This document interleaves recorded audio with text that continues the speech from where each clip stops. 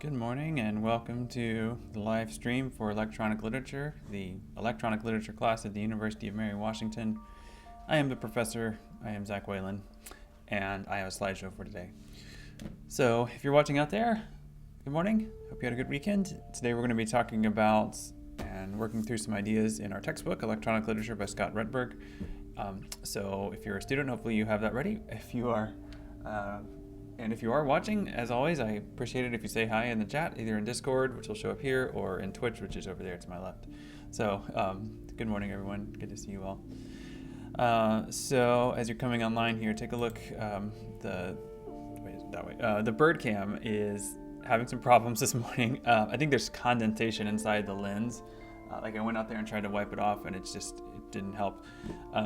So I think hopefully that will evaporate. I don't really know how that is going to work, but it was working okay at first, and then it got really cloudy like that, and then I went and checked and saw the condensation. So I don't know if that's going to get better or worse, but I did see a bird this morning. It was the Carolina wren that sometimes shows up and hits the suet on the side there, but I refilled the main bird seed part of it, and it's got the good stuff in it, which the birds seem to like. So I'll probably get some activity, but I spilled a ton of it on the ground, so they'll probably just eat on the ground anyway. But of course, if you see anything showing up on the bird cam, please let me know so I can switch to the full view. Although the full view is not super impressive, right? It's just, that's all there is to it. All right, let me turn down my music. So that's some ambient music there by Chip Zell, I guess. All right, cool. So I've got a slideshow, and I put that slideshow in the Discord chat if you want to look at this. I'll share it in Canvas later too, just so you have it as a reference. Yeah, hopefully, I can talk through some things and you can learn from that and then go from there. All right, cool. So, yeah, I don't know if there's anything else to say other than jumping right into it, so I think I will. But of course, if you have questions as I'm going, then let me know. Let me get started with some things here. So first of all, some reminders and some logistical kind of things. So there's some homework today. It's the standard option, and this gives you several options, I think 4. So whatever you did for that, make sure you submit something in Canvas to let me know what you did. One of the options is to just submit something in Canvas, a summary of something you read. Other options like adding to the Google Doc, which some of you did, or creating memes, which some of you did, those are valid as well, and those are great. I want to talk about some of the memes in a minute, but whatever you do, just make sure that you submit that, tell me what you did in Canvas. You don't have to link to or include the meme unless you want to, but you just say, I put a meme in the memes channel, and I'll find it. That'll be fine. I mean, I've seen them all, so that's just make sure that there's something documenting what you did in Canvas, so I can see it, to make sure I see it, but also later on, maybe in a month, for whatever reason, we might want to go back to it, and if you have a description of it there, we can go back to that. Last I checked, a lot of people had submitted already for this homework, so I think most of you are probably fine as far as that goes. But if you have any questions, or if you haven't done it yet, please do it. Yeah, pretty straightforward, I hope. So on Wednesday, we're going to meet again. Some of us will meet again in person. It'll be the odd face-to-face cohorts. So basically, if you are planning to attend face-to-face and you didn't attend face-to-face last week, now's your turn on Wednesday. Please join me in HCC 329. Please wear your mask. Please remember socially distancing, those guidelines. It's set up with 9 desks in that classroom, so that's our limit. And they're all spaced off they're marked with tape around them, so you have space. You'll hopefully you're familiar with the procedures, but there's wipes as you walk in, so grab one of those, wipe down your desk as you sit down. Everyone else will be online, and I'm going to try to figure out a better way to handle that sort of back and forth. Also, I'm just going to bring my own keyboard and mouse, so I don't have to worry about that. Although I assume the IT people left the ones in there that they delivered for me at the last minute last Wednesday, but I'm going to just bring my own stuff just to make sure that I don't have that problem again. And hopefully it'll go a little smoother. I have a couple ideas about how to do this. What I might do is kind of have a Q&A that's open for both people in person and online for a little while, and then sort of set the online people a bit of some task or something to do together, and then assign a discussion leader to kind of lead you all through that. And that wouldn't be like a big responsibility. It would just be the person that would be there to ask the questions that you might talk about. The main goal for class on Wednesday is to prepare you for the quiz. So I want to make sure that you all are prepared for that. And some of that some of that preparation might be me answering questions, and some of it might be you all working together to figure out what are the most important things to get from the assigned reading so far. So that's the basic plan for Wednesday. And again, Just only come if you're in the odd face-to-face cohorts, please. Okay, so a quiz. There's a quiz this week, and it is an open, well, I have some things to tell you about it, but it's going to open on after class on Wednesday, so like Wednesday afternoon. I haven't set this up yet, but maybe like 1 o'clock, I don't know. And then it'll stay open until Friday morning, so sometime before class on Friday. So you'll have over 24 hours to do it. I think that's a good amount of time because it'll give us a chance to kind of study and prepare for it together on Wednesday, and then a chance to kind of look back on it on Friday and see how things went. So that's why I think that's the right interval. There won't be any other homework or anything for that period. So a few things about the quiz. It is going to be open notes in the sense that you have lots of material that you can consult while you're completing the quiz. So that includes lectures like this one, the slides, the books, the assigned readings, the conversations in Discord. I can't think of much else. So you'll see that, well, there are different kinds of questions. The only thing I don't want you to do is sort of tell each other the right answers, if that makes sense. But otherwise, I don't mind you all conferring in terms of details, I guess. But I'll say a little bit more about that on Wednesday, and in the instructions on the quiz in Canvas, as I put it, I'll give you some sense of what to do and what not to do, maybe. But basically, I trust you to do this on your own. Like, this is an honor code situation. So you are primarily on your own. That said, there are lots of resources you can use. So hopefully that's helpful. Okay, a couple things. It's going to be about 10 questions. I haven't actually written it yet, so I don't know, but something like that. Maybe a little bit more, maybe a little less. There will be some multiple choice, there will be some matching, and there will be some essay. So multiple choice questions might be trying to get you to identify the correct term or to complete a definition or something like that. The matching might be trying to match some of the genre terms or the formal terms that we've been talking about: hypertext, interactive fiction, combinatorics, all this stuff that we've been trying to define and get a sense of. The matching might be trying to match one of those terms or several of those terms to their correct definitions or an example, maybe. So that's the idea. That's the basic thing. So hopefully that makes sense. I will start writing it before Wednesday so I can give you maybe a little bit more clarity on or detail on it, but I don't know if you need much more. There will be some essay type questions, and these will be questions where I'm asking you to demonstrate that you understand something by explaining it back to me. Like I'll ask you a question that is related to something, obviously, from this chapter, mostly I think chapter 1 from Scott Rutberg's book, and then I'll ask you to expand on it in some way that shows that you actually understand it. And that's what I'll be looking for there. So they might be kind of open-ended, but they also will have a pretty specific expectation built into them, so you do have something you're shooting for on those. There will be no time limit once you started, other than that it's due on Friday. So no, you don't have to finish in an hour or whatever. You can start it immediately when it opens, and then spend 24 hours, 36 hours on it if you need. That's fine. But just make sure that it will actually submit. I think the way it's set up is like once the due date hits, it'll submit for you. It'll complete for you automatically if you haven't already hit the complete button. There may be a couple of logistical, I don't know. This may be a bit of an experiment in terms of how this kind of quiz mechanism works in Canvas, but I'll make sure that you have a chance to do your best on it. That's my idea. I am going to limit you to one attempt just to keep things consistent and fair. So that's the idea. Once you've submitted it, that's your attempt. But hopefully, I want you to, for the multiple choice and the matching, I want everybody to get them all right. So that's my goal. But I want you to show that you've done that by just the one attempt. And then the quiz questions, of course, the essay stuff, that's obviously, just what it is. It's going to be worth 40 points. I am using a point system in this class just to kind of balance out all the different things, especially the little things. There are going to be 3 big assignments, but the little assignments, I think, need to have a bit of value associated with them so you understand where they fit in the bigger picture. So the little assignments include the daily homework and the quizzes. So 40 points for this quiz. It's about 1,000 total points overall. That's just to give you a sense of balance between all these things.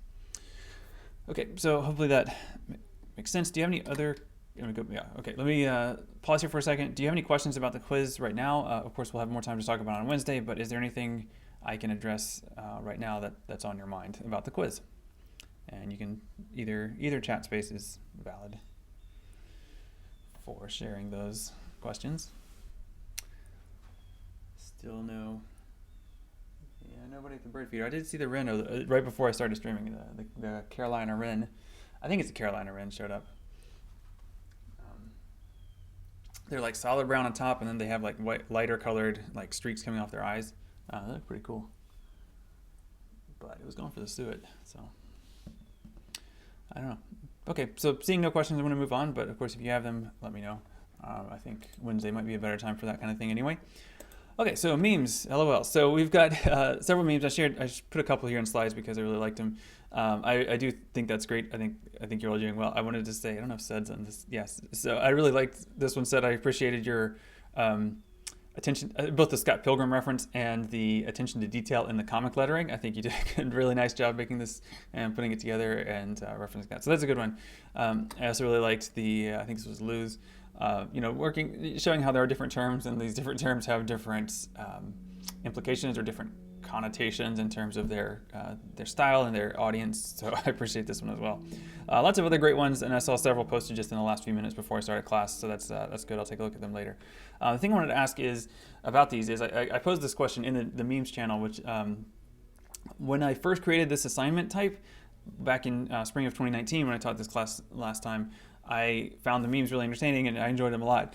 It occurred to me kind of near the end of the semester that it would be cool to kind of share these outside of the class because there are plenty of people that are interested in electronic literature that would get a lot of these jokes if we put them out on Twitter. So I did make a Twitter account back then, and it did not get a lot of activity. The way I set it up then was I gave students the password and I told them to post if they felt like it. And that was pretty near the end of the semester and a lot of them didn't feel like doing it, I think. But I was thinking, I can post things there. And so, in fact, there's several that you all posted today that I thought were pretty good. I'd kind of like to share if you don't mind. So I posed that as a question in the Discord memes channel for those of you who had already posted by the time it occurred to me to do this, just asking for your permission to post your memes that you had already submitted in that channel. Going forward, I'm hoping that I can just sort of take it for granted that if you share it in the memes channel, you don't that implicitly gives me permission to post it on the Twitter channel. I won't include your name with it unless you specifically ask for that. So hopefully that's okay. All right. Obviously, this meme account, this account is kind of dormant at the moment, but I can wake it up, and that's what I hope to do. If that's okay with you, if you don't mind. I mean, there are lots of good ones, and so I think these are good. These are things that I think other people might enjoy as well. So check that out. So basically, I'm going to go ahead and, since many of you did reply to that message saying that you don't mind me sharing, I'm going to go ahead and assume that that's okay. I mean, for them afterward. So far, no one has said not to. So I think I think that's good. Yeah, I'm enjoying these. All right. So just another general comment about the memes. Keep them coming if you want. But I think you'll realize once you try to make a meme, it's a challenge, right? Making a high quality meme, making an original meme does take some effort. I am seeing a lot of the video games can be literature idea expressed in memes, which is true. That's definitely there. But I don't know if that was really a big theme from this chapter or this reading so far. Obviously, it's something you're interested in and that's great. But look, try to be original. Try to think about something that no one else has quite said yet. I mean, this is the normal kind of trafficking of memes. Like, you try to say something that's both original and yet familiar, and that's what kind of makes the joke work. So see what you can come up with. Look at what's already there, but try not to be too derivative if you're making your work, making a meme. I also will say, like, if you are particularly interested in that question of video games being treated as literature, certainly there will be examples of that in this class. Snack time was kind of an example of that. But if that's something you're really interested in, I can tell you about a class I plan to offer in the fall. I've put in a request to teach it. I don't see why I would not get to, but I don't know for sure yet. But the fall class that I plan to teach is called Games and Culture, English 253. It's digitally intensive and honors and something else I can't remember. I'm blanking on right now. It's an elective for the digital studies minor or the CDS major and something else I forget. But anyway, it's English 253. I'm going to be offering 2 sections of it, so that should be able to get a lot of people in. It is a class that usually ends up with a lot of demand, so hopefully I'll be able to get them in there.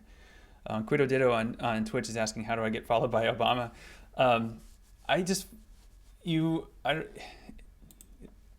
don't know. Is he following? He's not following this one, is he? No. Okay. So I think I just followed him, and then he automatically follows back.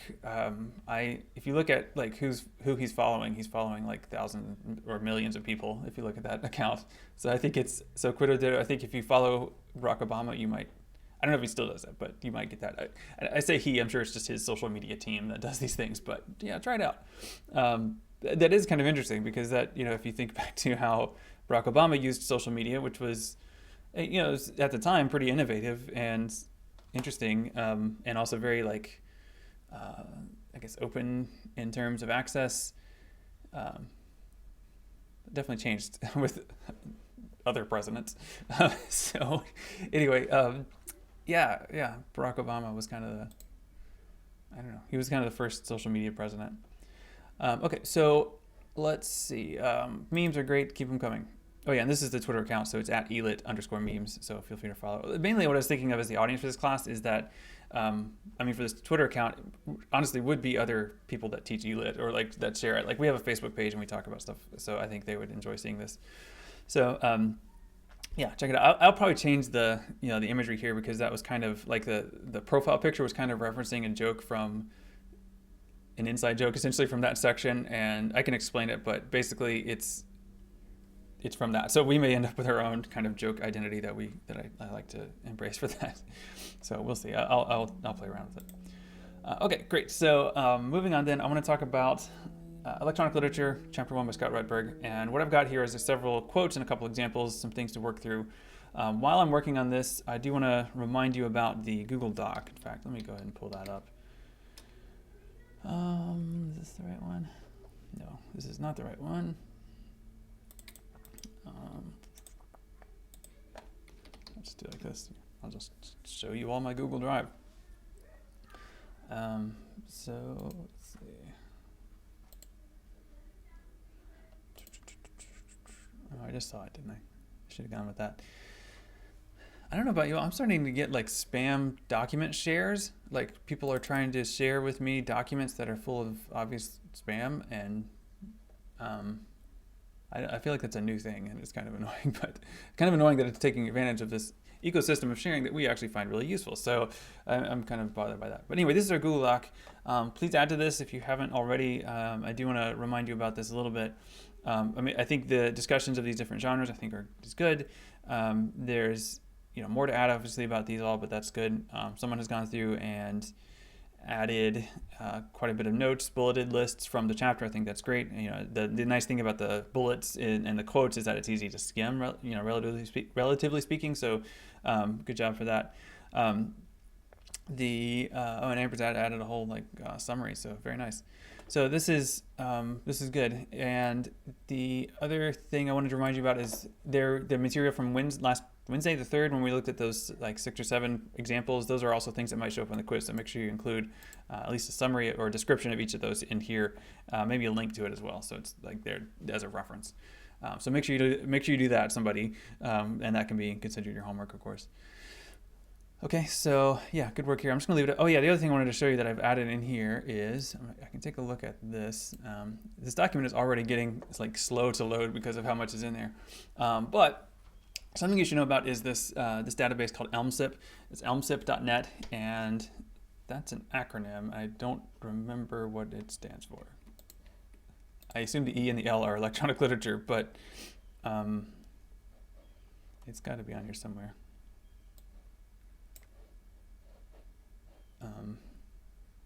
I don't remember.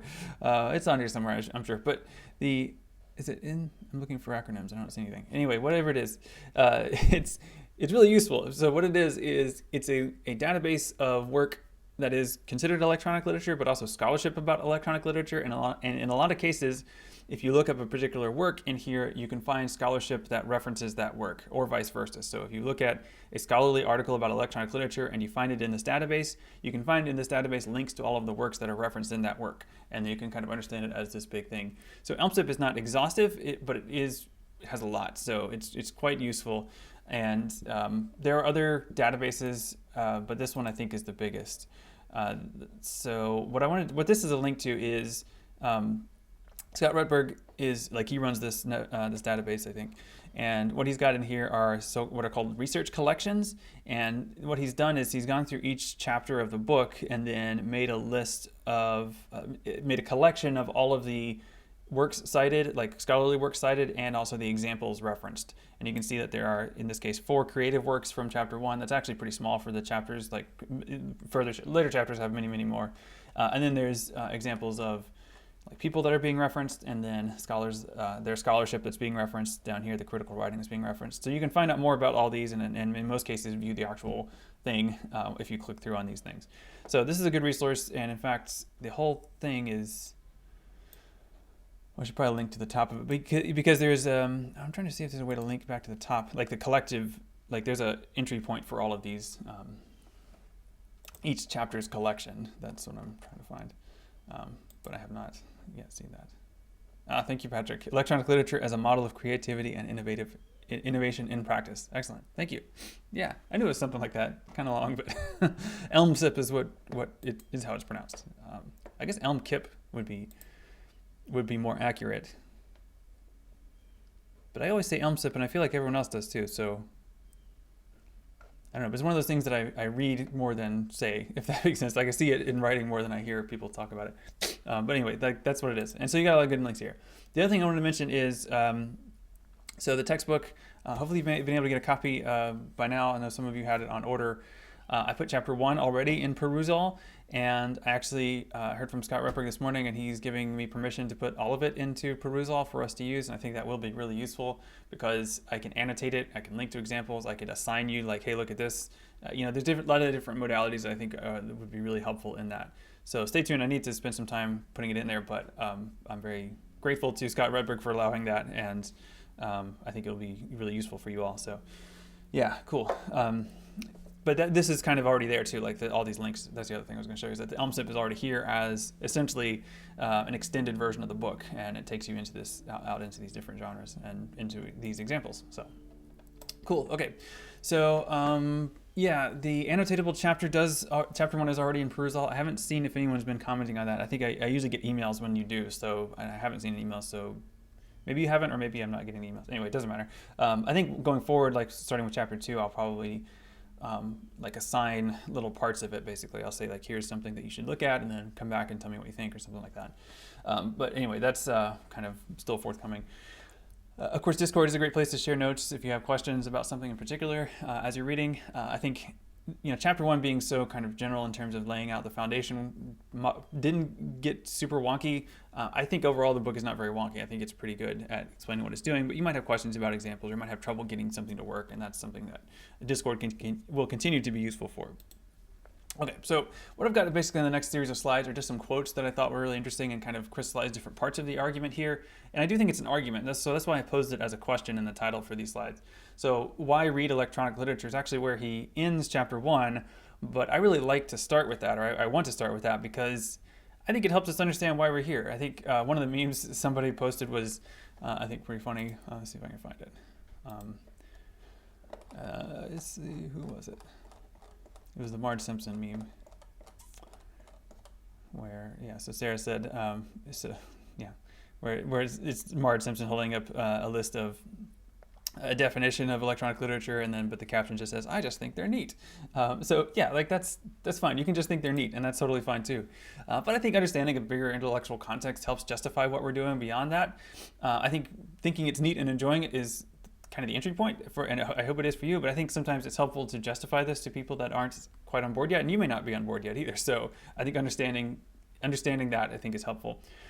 So I think there's a lot going on here. So electronic literature helps us to understand how digital technologies and digital culture impact writing in the broadest sense.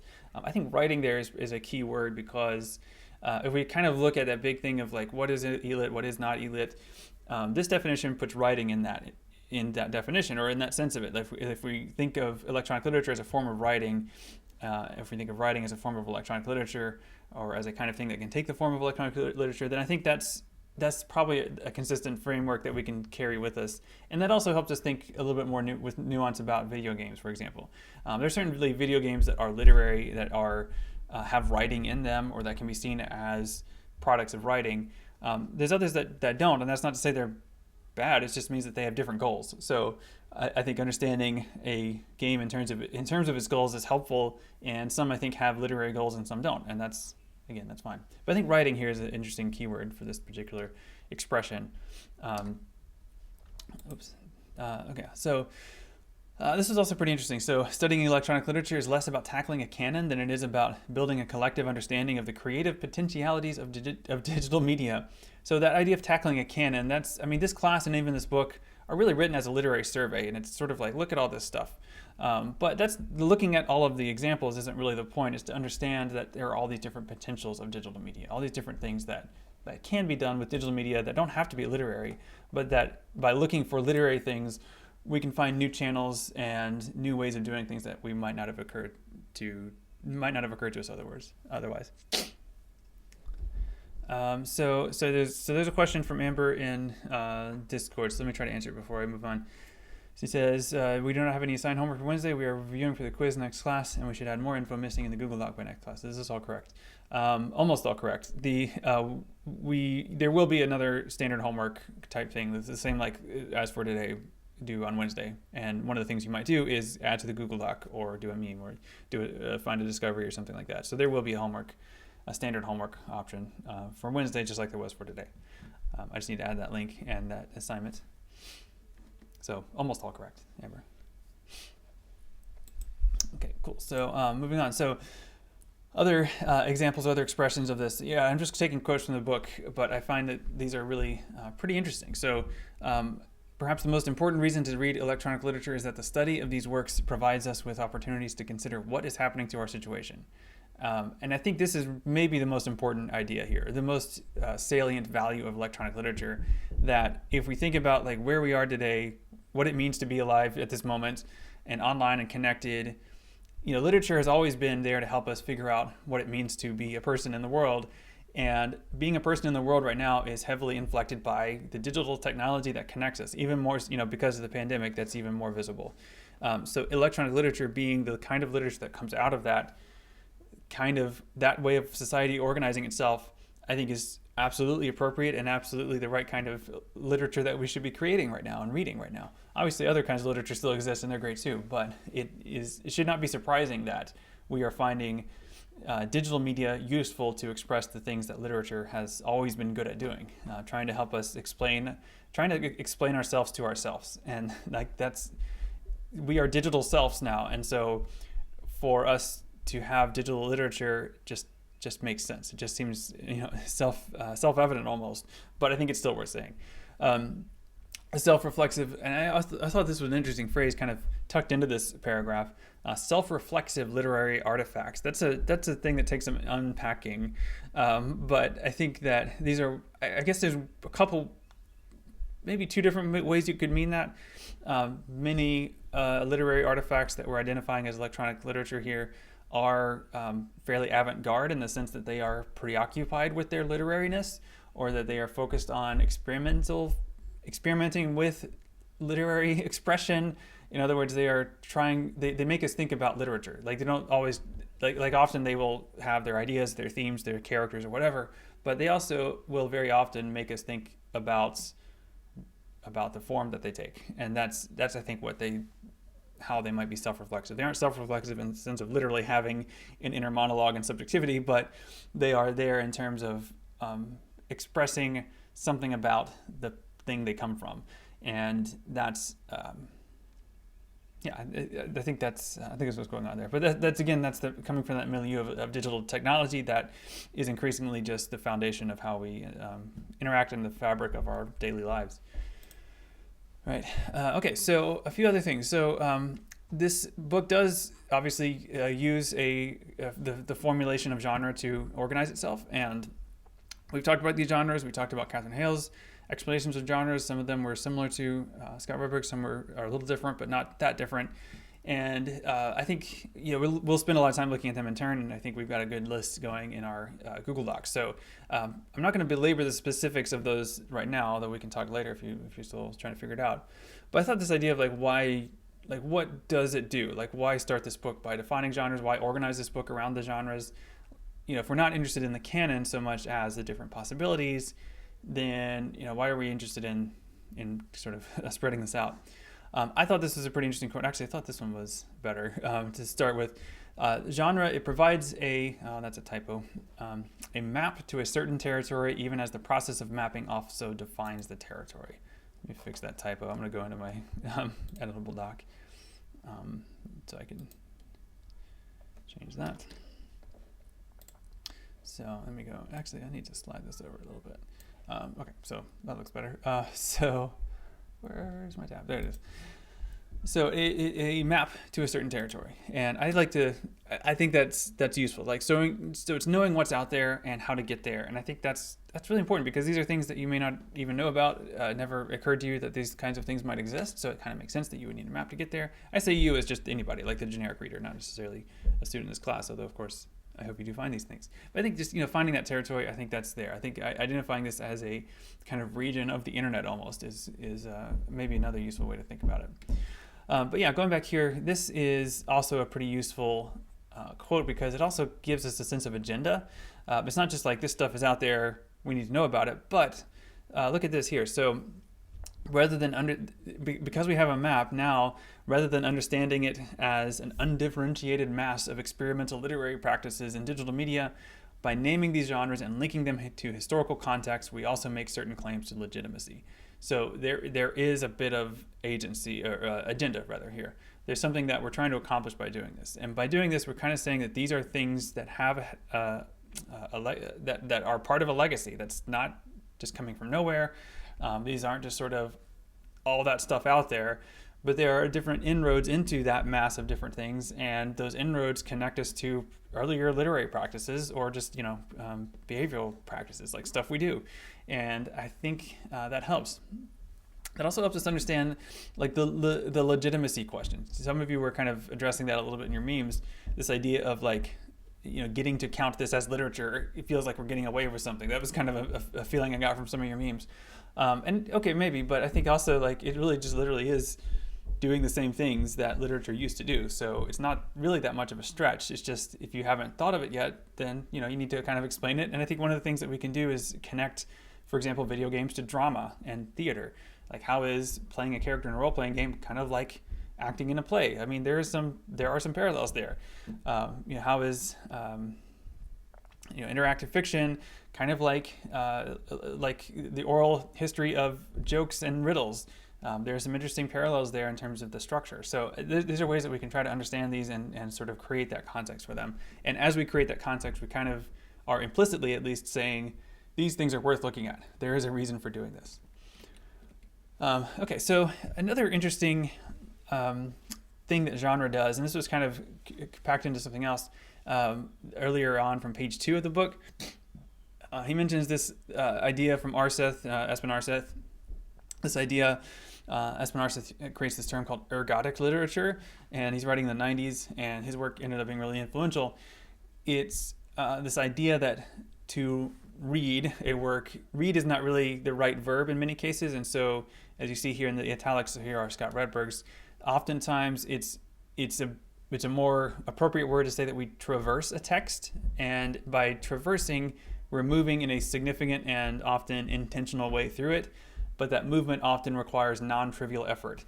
So for a book, we can consider turning a page as effort, right? I mean, it takes physical movement and I have to actually do it, but it's trivial effort, like it's easy. Like I'm not really thinking about the fact that I turn a page every time I turn a page. Whereas in electronic literature often, or ergotic literature often, we are doing some kind of significant work, like making a decision or clicking at just the right time or shooting something or whatever. Like we're doing some kind of actual significant work. And so that's what Espen Aarseth is talking about. But that's kind of the side point. The main point here that I wanted to focus on is that genre is something is a toolkit. Like it gives us a sense of being able to know what to do when we are presented with something. So for interactive fiction, like snack time, there is a pretty different set of things that you need to do when you're given that work. So now that you know that about snack time, you know that that's a genre, parser-based interactive fiction. Next time you're given an interactive fiction to work with and you see the parser there that's waiting for you to type, you know what to do now. And so you will find differences in the actual text, but the basic idea of like typing something to try to command your character Like that's the genre of parser-based interactive fiction, and that knowing that that's the genre and knowing what's expected of you as the player helps you do it, helps you complete it. So you notice how to read here even put in quotes, because read is not actually what we do first. The first thing we do is traverse or configure. The second thing we do is read, but genre gives us that configurative strategy as we try to start working with the work to begin with. Cool. So is that everybody okay with that? Everybody okay so far? I've kind of been on a tear for this last little bit here. So yeah, feel free to jump in with questions or concerns as you need to. Okay, so I do have I'm trying to get to a specific example, so I want to kind of move through these last few slides. So thanks, Faith. So there are some adjacent terms, and these are semi-synonyms. These are things that are in some cases synonymous with electronic literature. In some cases, sort of there's a Venn diagram where there's like elit contains this, and then this other thing is mostly elit, but some other things as well. Like you could bubble these all out. It would be interesting maybe. But we've got hypertext certainly.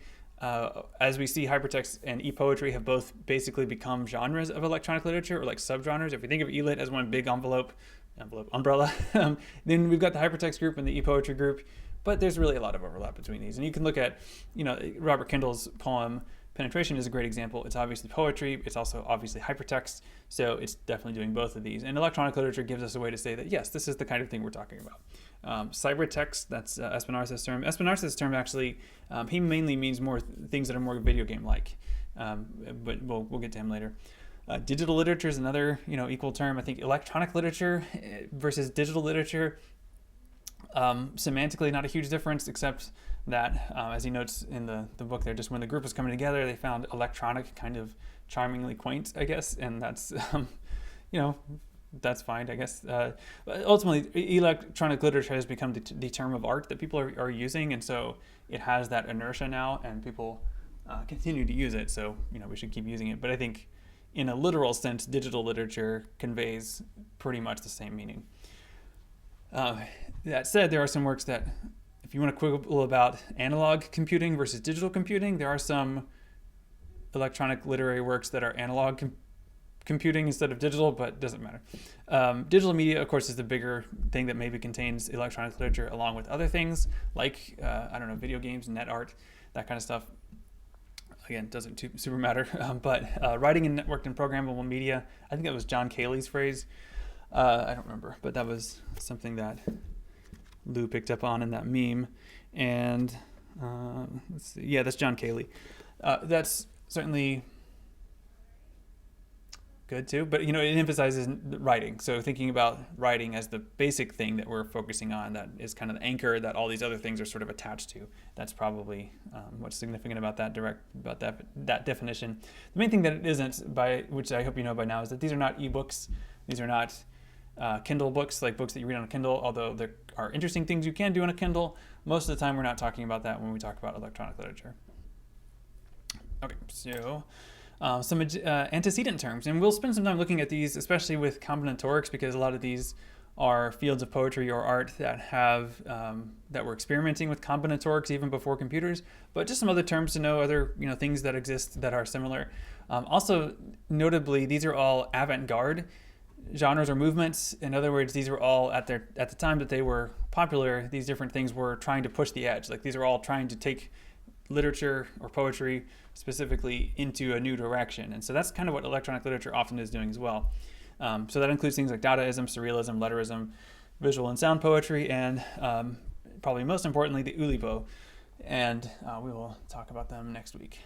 But these are some examples, interesting works, and these are works that are not necessarily electronic literature, not necessarily digital, and in fact a lot of the Dadaist and Surrealist stuff we're talking about the 1910s and 20s, the 1930s, like these are well before computers, so these are not technically electronic literature, but they are kind of like prehistoric ancestors to electronic literature. So yeah, well, just some terms to know. Oh, there's a bird. There's a bird. Oh boy. Okay, hang on. Let me switch to the bird cam. Oh yeah, that's my buddy. That's the Carolina wren.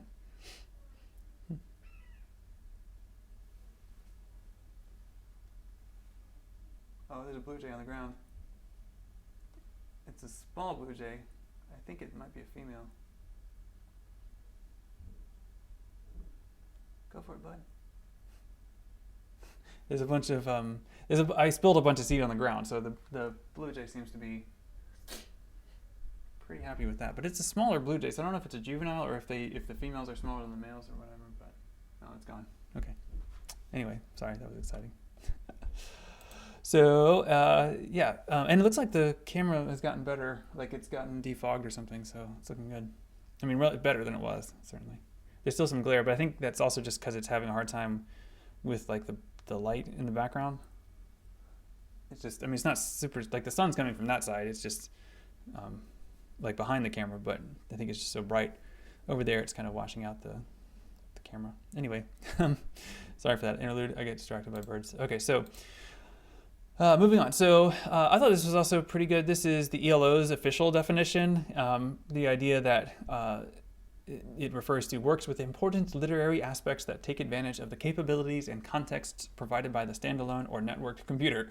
And then they go on and on from there, and that's kind of some of your memes kind of played with that. There's a lot here. So important literary aspects, right? So that is probably writing. That's probably what we mean, but it might also be things like characterization and narrative, or imagery. Like there's other things we could talk about, but probably we mean the same kinds of things that we mean by what writing does. But I think also capabilities and context is interesting, because contexts, that to me adds a pretty important qualifier that we aren't always talking about programmed media. So going back to some of these definitions, right, they're not all right necessarily. Like they don't all encompass everything that I would consider. So writing in a networked and programmable media, that definitely defines something, but not all things that I would consider elit are actually in the networked and programmable media environment. I mean, ultimately it doesn't really matter what we call things sometimes, but I'm always careful about drawing limits and boundaries, which is what the Derrida quote in this chapter is getting at. Just because they delimit ultimately, and we want to expand, not limit. Okay, so that's that one. Yeah, Stephanie Strickland's also is interesting, and I would also take a little, take a moment with this one. So it relies on code for its creation, preservation, and display. There is no way to experience a work of e-literature unless a computer is running it, reading it, and perhaps also generating it. So that idea of a computer running it, that's interesting, because that it always poses, like anytime you define something, it poses the what if question, okay, or what about question. And to me, I'm really interested in computer generated literature that has been printed. So things like this book, and so obviously that's a work of electronic literature. Obviously, to me anyway, running it. That's an interesting tense for that verb. So the computer that Liliana von Bertram wrote this on is no longer running this code, and yet in the act of producing this text, it was running the code. And so I think that still counts, even under, I think that still is included under Stephanie Strickland's definition. So, she's not like, this is not a rigorous definition that she's argued for and defended as far as I know, but it's something that does present itself. Okay, so here's a case study. This is mentioned in the chapter, and it also, this case study, Code Movie 1 by Giselle Bugelman, is interesting. It's an example of the, I think, context, right? So the important literary aspects that is taking advantage of the context of the network computer. So let's take a look at it. Okay, so I have a link to it here. That was something else. This is a link to it where it's hosted on the electronic literature page. And if you've looked at it, you've probably discovered that it does not work. You need Flash to play it. But before getting into how to do that, I wanted to show you two pictures. So this is a picture of me, obviously. I mean, I hope it's obvious that that's me. I look kind of different. I'm mirror imaged, and I had a haircut more recently when I took this selfie. But what's right here, this is me, but what's over there, that's also me. So that stuff over there, all those the letters and numbers, that's the hex code of this image. I opened this image in a hex editor so I can look at all of the bytes that comprise this image and that are rendered as this picture. I looked at the bytes in raw form, and it's not exactly raw. It was interpolated into hex code, and that's what's over there that you can see on the right. This is just a small segment of that. This is maybe a tenth of this image. Maybe not even that, actually. This is just from the header. So it's a very, very small part of this image, but it is still this image, and you might say that that over there is me, just like this is me in terms of representation. Like for both of these, we have to do some interpretation to understand it as being me, right? So that's how computer files work, that's how code works on the computer in many cases. That is also the case for Flash. So Flash is a compiled format, which means that if I were to look at the file that is code movie 1 in a hex editor, it would look something like that over on the right. It's a compiled format that you can't like view the source of and then figure out what's going on in it. So that's unfortunate, and that's why emulation is so challenging, and that's why it is thankfully the case that some people are trying to improve the situation. So if you look at where it's hosted here and you view the source of this web page, you can actually see that it's somewhere in here. Where is it? So yeah, so if you go this one, right? So if you look at the source code of the web page, you can see that the movie that's actually being loaded there, or that's attempting to load there, is called codemovie01_hexa.swf. And SWF is the file format name for Flash movies. And those are the images, those are the files that we're trying to run, and that the software that is meant to run them, Flash, can no longer run. So the software still exists, like the actual, the code actually still exists, or the animation in this case, but the software necessary to run it no longer works. So there is a workaround, and I wanted to show you that. This is in this website called Ruffle, or ruffle.rs. I have a picture of it here, but it's basically that's it, ruffle.rs. And what it lets us do is upload an SWF file. So if you click on demo, you can go to choose file, and you probably can't see what I'm doing here, but I do have this game, I do have Code Movie 01 already downloaded, and I'm going to upload it here. I believe it's going to play with sound. So it's pretty loud. Let me turn that down a bit.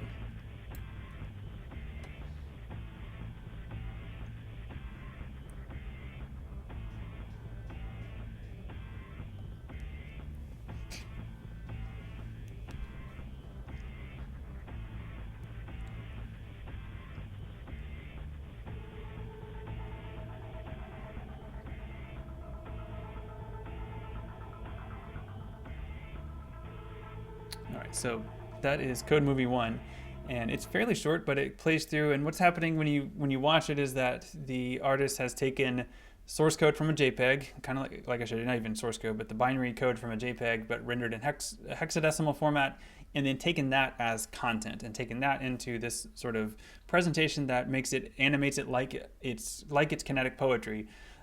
But if it is poetry, it's a kind of poetry that you can't actually read. Images, some concrete poetry is that way. Letterist or kinetic poetry also can be that way. So it's part of that kind of tradition, but it's also animated. So it's also, it's a movie. It's essentially, as the title tells us, it's a code movie 1, and so we can just watch it. As a digital artifact, it has some significant features that I think takes some teasing out a little bit. One of these is that it's animation, so it's Flash animation, and Flash animation has certain properties that are not the same as just a video, right? So even though it's a video, like we can watch it as a video here and you're watching it this way, there are some significant and important features that are missing from a video. If you're used to watching a video on YouTube, I think the absence of a playlist or the play header moving across really changes your experience of a Flash movie, because you don't know how long it's going to last. You can't change the speed, you can't interrupt it halfway through, you can't control it basically. And that feeling of not being able to control it, I think, is a form of interactivity, in the sense that it's an expectation or a desire that ends up being denied. And that's, I think, a really interesting property that some of these works experiment with. This one being fairly short, that's not too noteworthy or notable, like it comes and goes pretty quickly. But for some of the longer Flash works we'll look at, you'll kind of start asking yourself, like, when is this going to end? And that not knowing, or that tension of not knowing when it's going to end, I think makes you end up being more invested in the work. But anyway, this is Code Movie 1. I wanted to show it to you because it's not available. Like, unless you do this emulation step, it does take a little work. But thankfully, this one actually does work really well in emulation. The other one that does not work from that chapter, as far as I know, is Neo or Nio. I don't know how you pronounce this, actually, by Jim Andrews. That one does not work as far as I can tell, because it uses Shockwave, which is even older than Flash, and as far as I know, there's not a good emulator for Shockwave. But I do believe that, I believe he is working on a HTML5 version of that work that we can maybe access eventually once he gets that done. Okay, well, it is 11. I need to wrap up. So that's Code Movie 1. And the way that this demo site works, ruffle.rs, I can't like link to this emulated like container of it. But there it is. You saw it. If you want to see it and try it for yourself, you just have to go to ruffle.rs and then /demo. And then you also have to have a SWF file that you've downloaded. And you can download this one if you look in the source code and get to it that way. I'm not saying you have to do that. I'm glad I was able to share it to you just now in that form. But if you want to look at it on your own, I think it is a pretty interesting work. It's interesting to watch it multiple times because I think you notice different things about it as the numbers and letters go by. They aren't just texture. They actually have, they have different values, and you might wonder or speculate about different things. You might see like almost a word in them sometimes, and I'm kind of curious about whether that's actually intentional. I almost want to go kind of frame by frame and see if I could look for any like hidden messages or anything. Like, it's an interesting work. So yeah, take a look at it. A couple other things I did not have time for, obviously, because I'm wrapping up, but I do want to mention, and these are just the last 2 slides. What does genre do? There's several, Scott Redberg summarizes ideas from several different literary theorists and scholars about genre in general. And what he does with those is he says, here's this person's ideas about genre, and here's what that means in the context of electronic literature. So look at that and see if, I think those are really interesting. We might be able to talk about some of those on Wednesday. And then also the relationship between electronic literature genre and the platform or technology that it's used for. There's some interesting slippage there because we often talk about flash poetry, and when we say that, it's almost like we're referencing a specific tool that is used for making a certain kind of poetry, but in fact you could use all kinds of things to make, or several different things now, to make the same kind of thing, and you might still call it flash poetry just as a convention, even though we're no longer literally using flash. So that's kind of what he's talking about there, but there's a bigger point about technological determinism that I want to make sure to explain a little bit more, I guess probably on Wednesday. Okay, so I will need to wrap it up here then. If you have any questions or anything, I'll be online for a few minutes, but then I'll be starting the stream and doing this lecture again for section 2. So thanks for watching. Hope you all are having a good day. I will switch back to the bird cam for a few minutes just in case something interesting shows up. I'll hide myself though.